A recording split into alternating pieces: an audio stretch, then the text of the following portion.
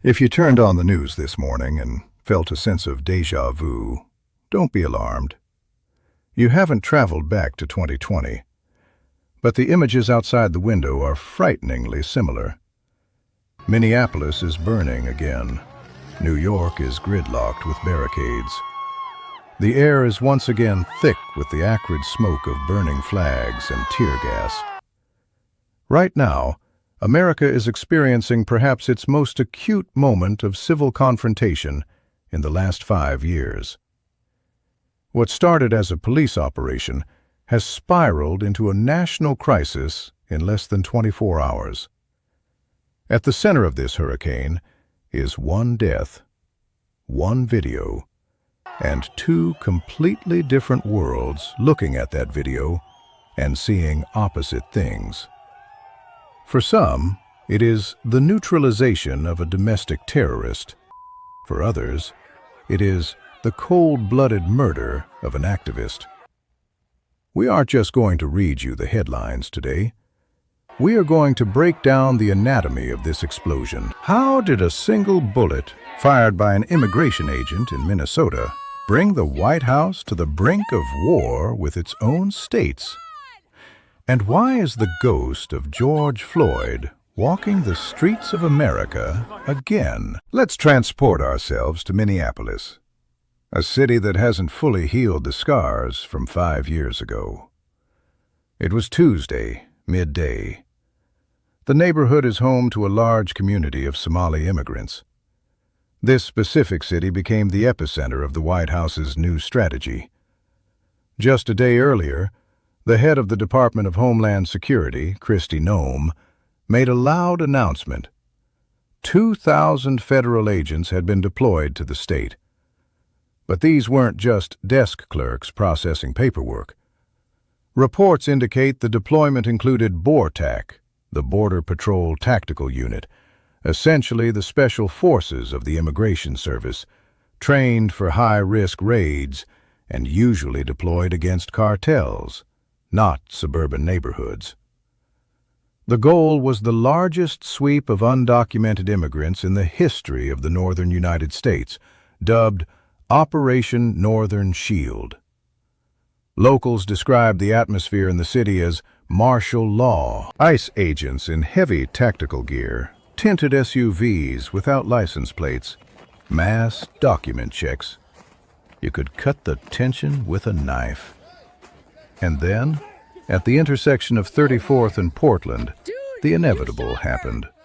The spark that strikes when everyone's nerves are at the limit. We have reconstructed the timeline second by second using eyewitness footage and street cameras. In the frame, there is a black SUV. Behind the wheel is Renee Nicole Good. She is 37 years old. She is not an undocumented migrant. She is a U.S. citizen. A writer whose essays have been published in literary journals. In social media circles, she is known as a liberal activist and feminist who frequently wrote about the encroachment of the surveillance state. Judging by the footage, her car is blocking the path of a convoy of federal agents. This is a classic activist tactic. Disrupt the raid, buy time so that people without papers can manage to hide. Officers with weapons drawn run up to the car. They scream, demanding she exit. Here, the testimonies diverge, but the video is impartial. The woman does not get out.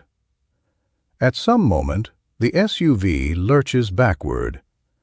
The authorities say she aimed the car at an officer. Eyewitnesses say she was trying to drive away from men with rifles pointing at her head. Shots ring out. 3 pops heard across the entire block. The car loses control, crashing into parked vehicles. Renee Nicole Good dies on the spot from a head wound. At that moment, the police blotter ends and politics begins. The news of the activist's death spreads instantly. An hour later, a spontaneous memorial appears at the scene. 3 hours later, a crowd of thousands gathers, People are chanting, "Murderers! ICE, get out of the city!" Minneapolis Mayor Jacob Frey does something usually unexpected from an official. He doesn't call to wait for the facts. He watches the video and declares, "This isn't self-defense. This is recklessness." Frey demands that federal agents leave the city immediately. Imagine the level of conflict. The mayor of a major American city is kicking out representatives of the federal government.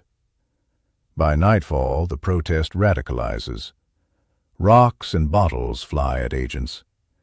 In response, gas and rubber bullets. The script of 2020 repeats with frightening precision. But there is one difference. Then, the protest was against local police. Today, it is a protest against Washington. In social networks, details of the deceased's biography surface. Renee Good was one of their own for the Democratic core of Minneapolis. The intelligentsia, activists, students, they see her as a martyr. But in Washington, they view this death completely differently. And the way the White House reacted poured more gasoline on the fire than any Molotov cocktail. While barricades were being built on the streets, Washington was formulating a narrative, and it turned out to be unprecedentedly harsh. Usually, in such situations, authorities speak in dry phrases. An investigation is underway, a tragic incident. But not the administration of Donald Trump. Just hours after the shooting, the Department of Homeland Security released a statement. In it, the deceased was not called a victim or even a suspect. Her actions were classified as an act of domestic terrorism. Think about that. A U.S. citizen shot in her car, officially labeled a terrorist before any court ruling. Donald Trump went even further on his social network, Truth Social. He offered no condolences. He fully justified the officer who fired. He wrote, "Our brave officers were subjected to a brutal attack by a professional provocateur from the radical left. The officer acted heroically to protect his life. We will not allow anarchists to stop us from restoring order." For the White House, this situation is not a tragedy, but an opportunity to show strength. Minneapolis was chosen for a reason. It is a Democrat stronghold, the city of George Floyd, and, importantly, a center of Somali immigration. Trump is using this incident as a banner. Look, radical leftists are attacking the police. We must be tough. However, at the state level, this version met furious resistance. We are witnessing perhaps the sharpest constitutional conflict in decades. Minnesota Governor Tim Walz, a Democrat, effectively accused the feds of lying. He stated that the use of lethal force was disproportionate and demanded an independent investigation. What does independent mean? It means Walz does not trust the FBI and Trump's DOJ. He wants the state to lead the investigation. This creates a legal nightmare. A federal agent acts under the authority of federal law and typically enjoys supremacy clause immunity. But murder is a state crime. Who has jurisdiction? If the Minnesota Attorney General charges the agent with second-degree murder, the Trump administration will immediately move to block the arrest in federal court. We could see a physical standoff where state police arrive to arrest a federal agent, and federal marshals refuse to hand him over. This is the kind of institutional fracture that usually precedes a collapse of governance. Mayor Frey and Governor Walz are now between a rock and a hard place. On one side, an angry street demanding the policeman's blood. On the other, Washington threatening to send in the National Guard or even the Army to suppress the riots if local authorities can't cope. We must dig deeper into why Minneapolis was targeted. The Operation Northern Shield isn't random, it is ideological. Sources suggest this is the implementation of the hardline Project 2025 migration policies that promise to bypass sanctuary cities by using overwhelming federal force. Minneapolis, with its vibrant and politically active Somali community, represented by Ilhan Omar, a frequent target of the president, was the perfect stage for this show of force. The administration wanted images of tough agents rounding up migrants to play on loop on cable news. Instead, they got footage of a white suburban woman being shot by the state. This complicates the narrative. Renee Good doesn't fit the profile of the dangerous criminal the administration usually vilifies. She represents the liberal resistance, and her death bridges the gap between minority communities and the white progressive base. This unity is exactly what makes the current protests so explosive. Now the battle is being waged, not just on the street, but on the airwaves.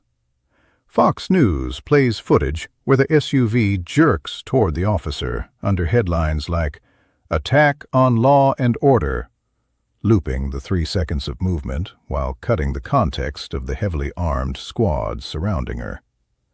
CNN and MSNBC air interviews with the deceased's mother, who reads excerpts from Renee's latest article titled "The Silent Occupation," about the militarization of domestic police. This polarization acts as a catalyst. People are taking to the streets not because of specific details of a traffic incident. They are coming out because they feel their values are under attack.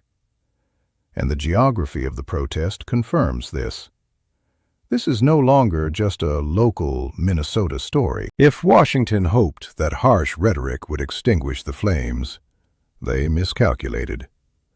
According to Bloomberg, as of this hour, solidarity actions are already taking place in 10 major U.S. cities.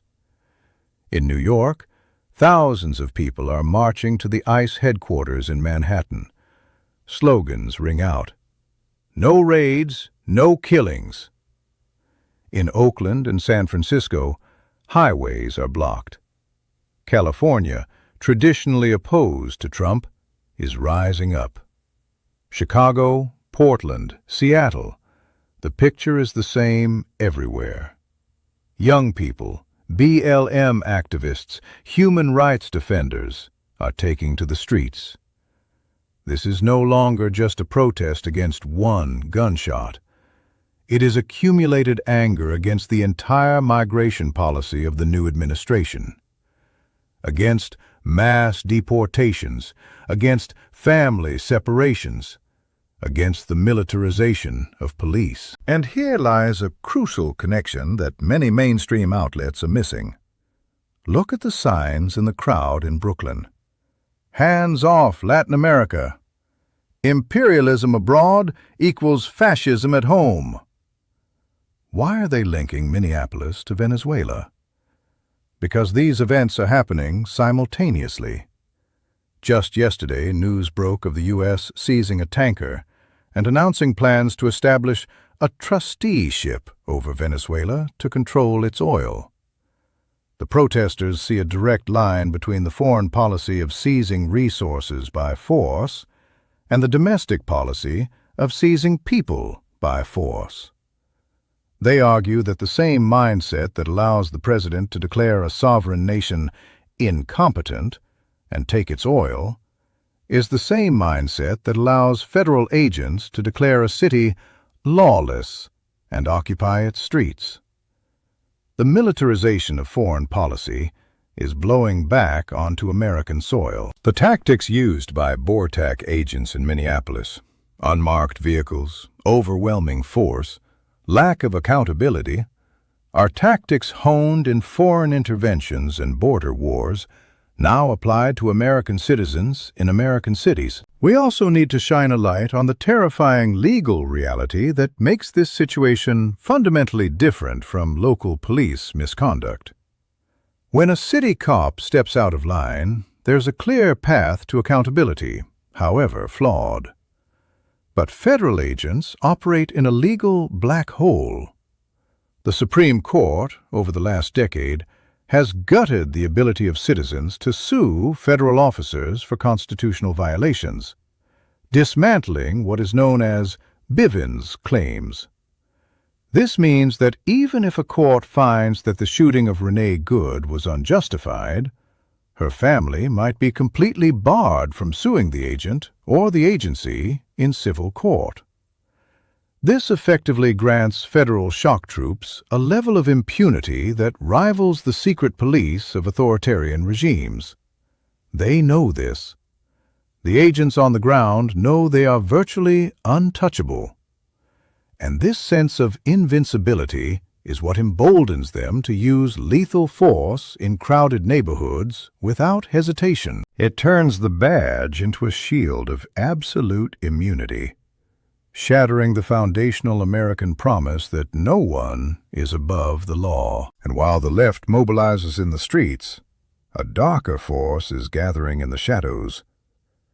We are seeing disturbing reports from encrypted channels and far-right message boards. Trump's designation of the protesters as terrorists has acted as a dog whistle to armed militia groups. Convoys of self-proclaimed patriots, heavily armed civilians in tactical gear, are reportedly heading toward Minneapolis from neighboring red states. They claim their goal is to protect property and back the blue, but in reality, they are looking for a fight. We are staring down the barrel of a potential three-way conflict on the streets of Minneapolis. Local protesters, federal agents, and armed vigilantes. If a militia member fires a shot into a crowd, or if a protester defends themselves against a vigilante, the situation will explode into open urban warfare that the National Guard will be unable to contain without significant bloodshed. The specter of Kenosha is looming large, but on a much grander, more organized scale. The ripple effects are not just physical, they are economic. The labor unions of Minnesota, which have a long and radical history, are not sitting idly by. The Minneapolis Federation of Teachers and local Teamsters chapters are holding emergency votes tonight. The buzz is about a general strike, a total shutdown of the city's economy until federal agents withdraw. Imagine if the buses stop running, the schools close, and the delivery trucks park on the highways. This would transform a protest against police brutality into a full-blown labor crisis, challenging the federal government's ability to keep the economy moving. This is the nightmare scenario for the White House. A coalition of labor, racial justice activists, and local government effectively seceding from federal authority. It challenges the legitimacy of the administration in a way that tweets and press releases cannot fix. Finally, we must consider the message this sends to the millions of immigrants living in the shadows. The operation was meant to project strength, to show that the borders are sealed and the interior is being swept. Instead, it has shown that the state is willing to kill its own citizens to enforce its will. Fear has paralyzed immigrant communities across the Midwest. Businesses in Somali neighborhoods are shuttered. Children are being kept home from school. But this fear is turning into resolve. We are seeing unprecedented alliances forming. Somali elders are marching alongside white suburban mothers. Latino advocacy groups are coordinating with black church leaders. The administration's attempt to divide and conquer has backfired, forging a united front of resistance that crosses racial and class lines. Analysts warn, we are on the threshold of a new wave of civil disobedience, comparable to 1968 or 2020. The risk isn't that shop windows will be smashed. The risk is the breakdown of the governance system. Imagine mayors of sanctuary cities ordering their police to physically block the actions of federal ICE agents. This is already happening at the level of rhetoric. There are reports that police in Chicago have been instructed not to assist federal agents in any way. No traffic control, no backup, no intelligence sharing. If the NYPD forms a line protecting protesters from the feds, and the feds try to break through, we get an armed clash between two branches of American power. Trump has already hinted at the possibility of using the Insurrection Act to deploy the active duty army into Democratic cities. If that happens, the point of no return will be crossed. The death of Renee Good became the trigger. Society was overheated.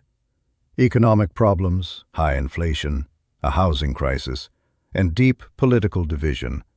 All of this had been accumulating for months. People feel squeezed. They feel that the system is broken. A spark was needed, and it struck at an intersection in Minneapolis. This situation is being closely watched abroad as well. For propaganda in Moscow, Beijing, or Tehran, these images are a gift. Look at American democracy, they say. They teach us human rights, yet they shoot writers on the streets. This weakens the U.S. position on the international stage. It is hard to demand adherence to the rule of law from Venezuela when street battles are raging in Minnesota. It exposes the fragility of the American experiment to the world. What happens next? The next 48 hours will be decisive. Scenario A. State authorities manage to calm the street by promising a transparent investigation, which Washington will obstruct at every turn, leading to a prolonged legal battle. The protest shifts to defense and the courts, becoming a simmering resentment. Scenario B. Trump chooses escalation. Deployment of the National Guard, mass arrests, curfews, and perhaps invoking federal authority to federalize the Minnesota National Guard, stripping the governor of his command. This could trigger a spring effect, protests becoming even larger and more aggressive, with militias potentially entering the fray. So far, everything points to the second option. Kristi Noem stated that the operation will not stop for a single second, and that law and order will be maintained by any means necessary. The agents remain in the city. We will be monitoring the development of events non-stop. Right now, new columns of protesters are converging on the Minneapolis police headquarters. The night promises to be hot. The main question hanging in the air is America capable of stopping at the edge of the abyss, or is the ghost of civil war ceasing to be just a metaphor?